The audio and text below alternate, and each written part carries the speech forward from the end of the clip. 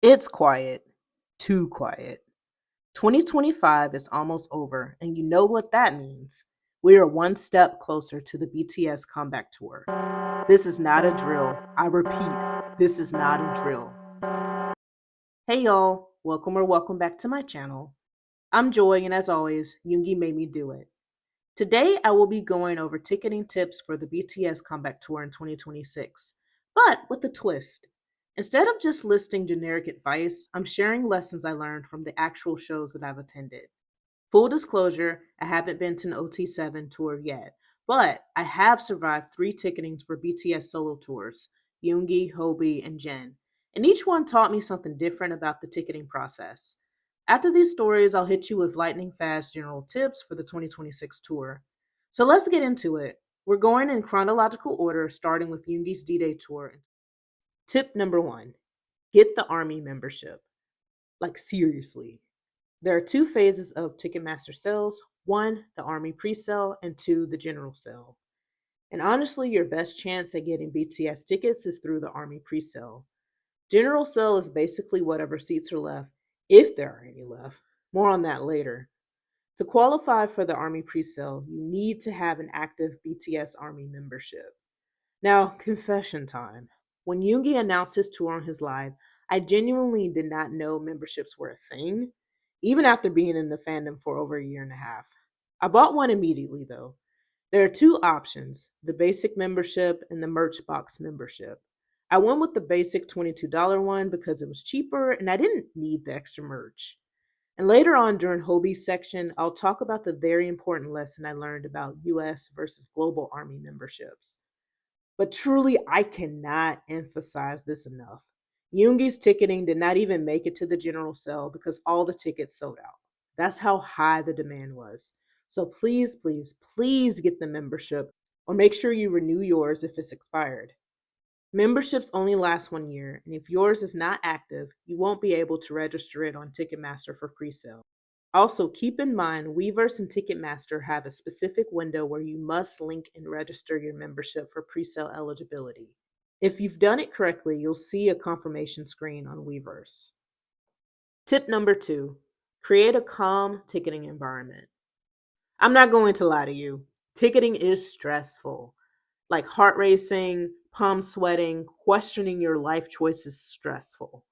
For Yoongi's ticketing, I wasn't just buying for myself, I was buying for 3 other people. I don't know who they thought I was, a Ticketmaster soldier, a trained operative. Anyways, I blocked off my entire afternoon from work. Luckily, I work from home, so I just put myself on Do Not Disturb. Oh, sorry. We important business. Yeah. Oh, sorry. Outside of that, I did absolutely nothing to prepare. In hindsight, I should have created a calmer space to put myself in a better mindset and not go into the ticketing raw. So learn from me. Before ticketing, make sure you have strong, stable internet, a quiet environment where you won't be interrupted. Have some water, some tea, some snacks nearby. Maybe an emotional support plushie. Listen, don't knock it. Mine came in handy in later ticketing sessions. Or just anything else that makes you feel calm and comfortable. It sounds dramatic, but setting up your space truly helps. A calm mind makes faster and more sound decisions.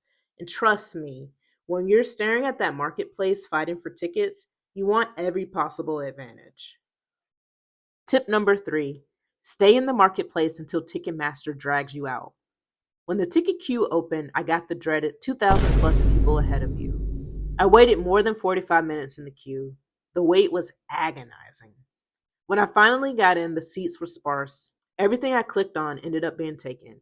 Another fan beat you. I lost count on how many times I saw that stupid message. The VIP floor lit up. I clicked on it. Another fan beat you. It popped up again, and same message. This happened maybe 4 or 5 times. Soon all of the seats were gray. I almost cried. Okay, I did actually cry. But I did not leave the marketplace. And suddenly, VIP sound check popped up again. I clicked on it so fast, and this time it worked. If I had left or assumed everything was gone, I wouldn't have gotten those tickets. I later learned that people released seats for various reasons. Maybe they found better options or the prices were too high for them. Ticketmaster also sometimes releases tickets gradually too.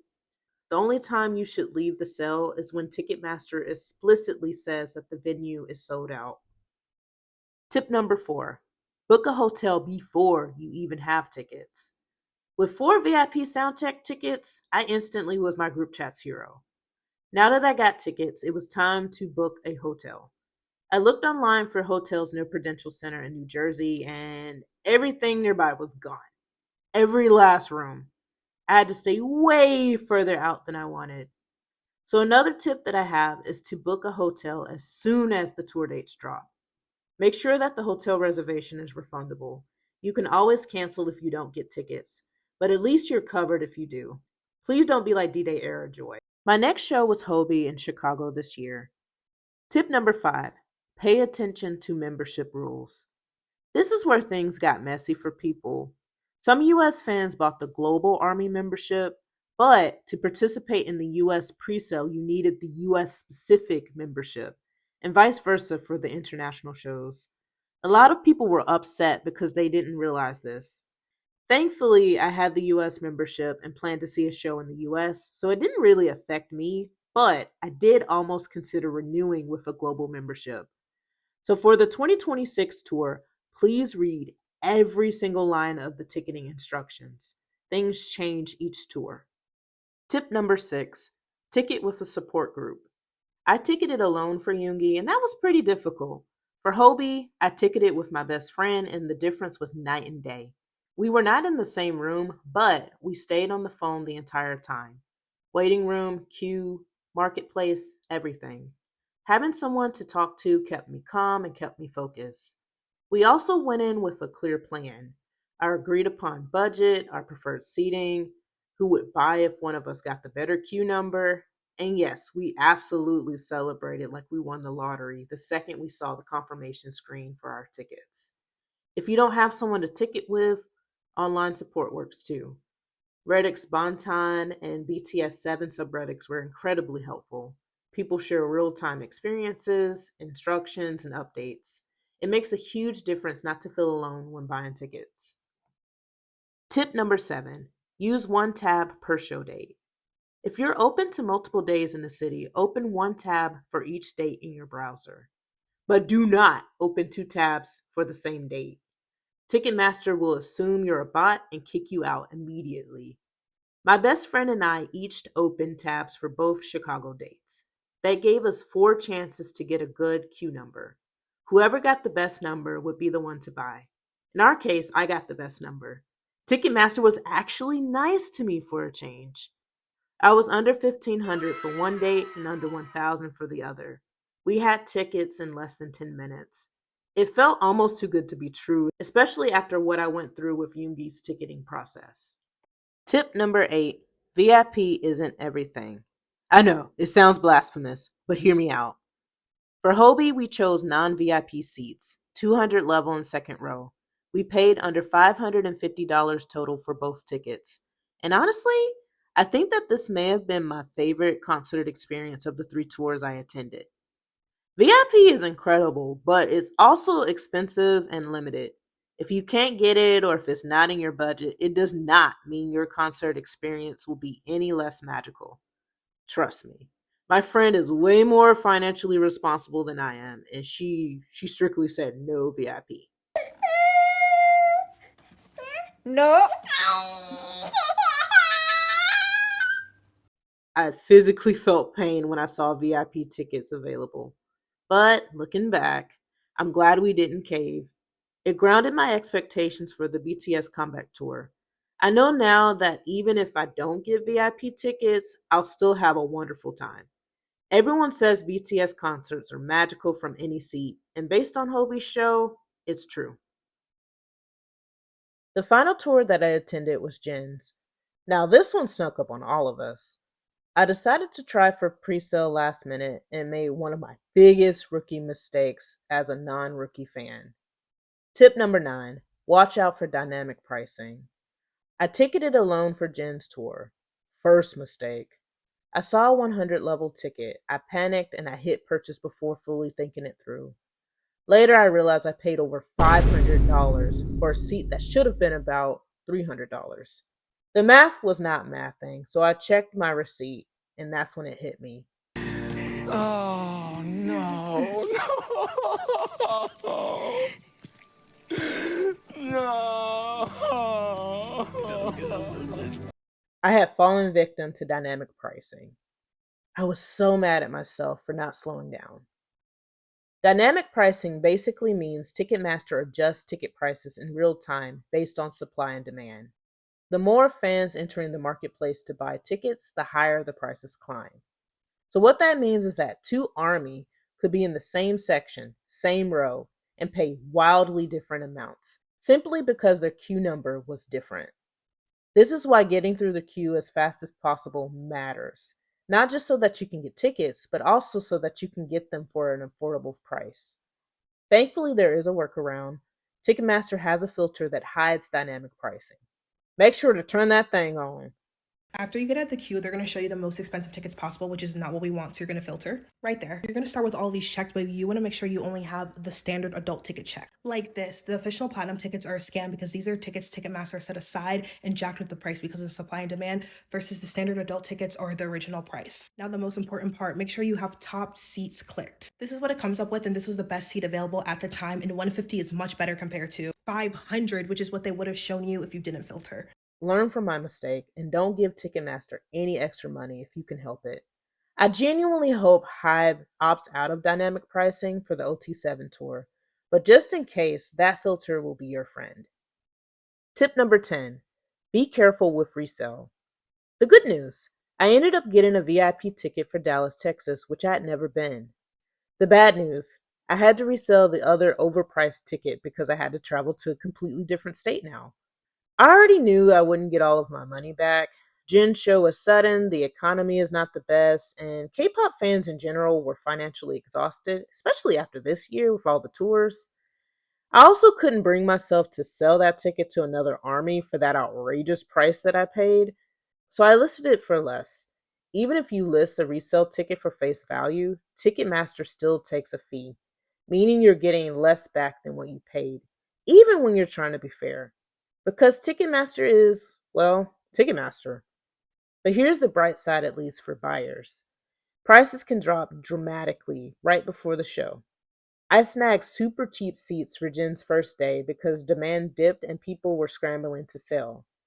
Indigo Daytree, another YouTuber, famously got Hobi's tickets for $27.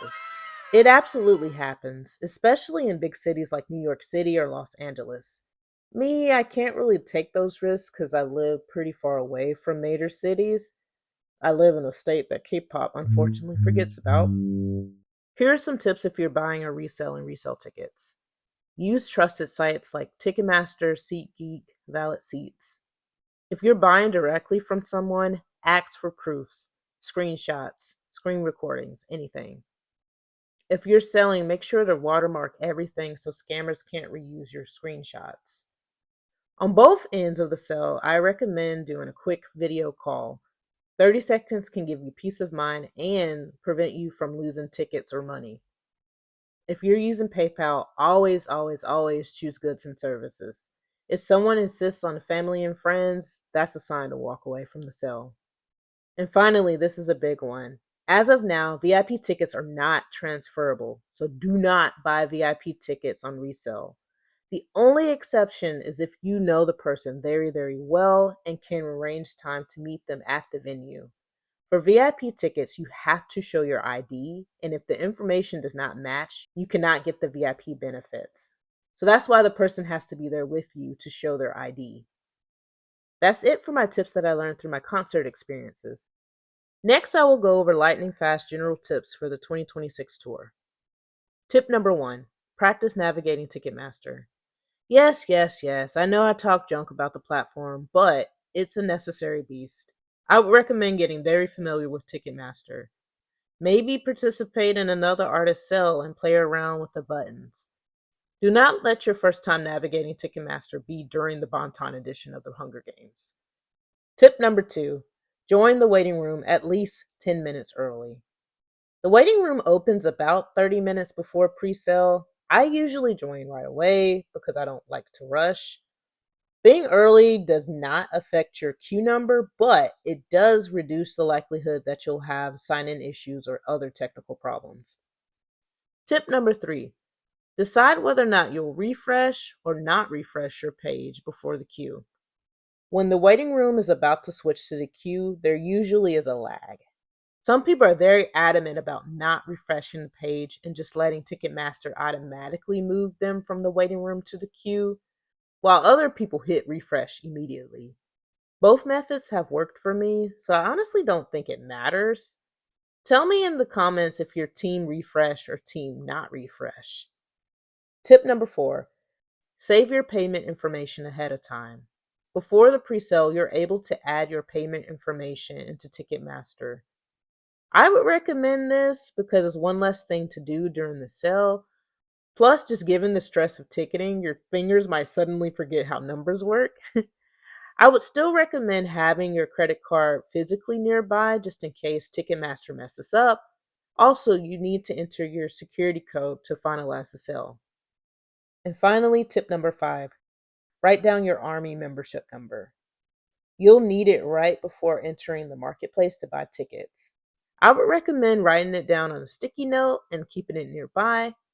A pro tip that I have is to digitally have it available too, so that you can easily copy it and paste it. Remember that ticketing is all about speed, so every second counts. That's it for the video. If you've ever attended a BTS OT7 or solo concert, drop your own tips in the comments. Help your fellow ARMY out. Let me know if you want another ticketing video once we get the official announcement. We will all see BTS in 2026. I'm manifesting it for every single one of us. Thanks for watching. This is Joy, and Yoongi made me do it.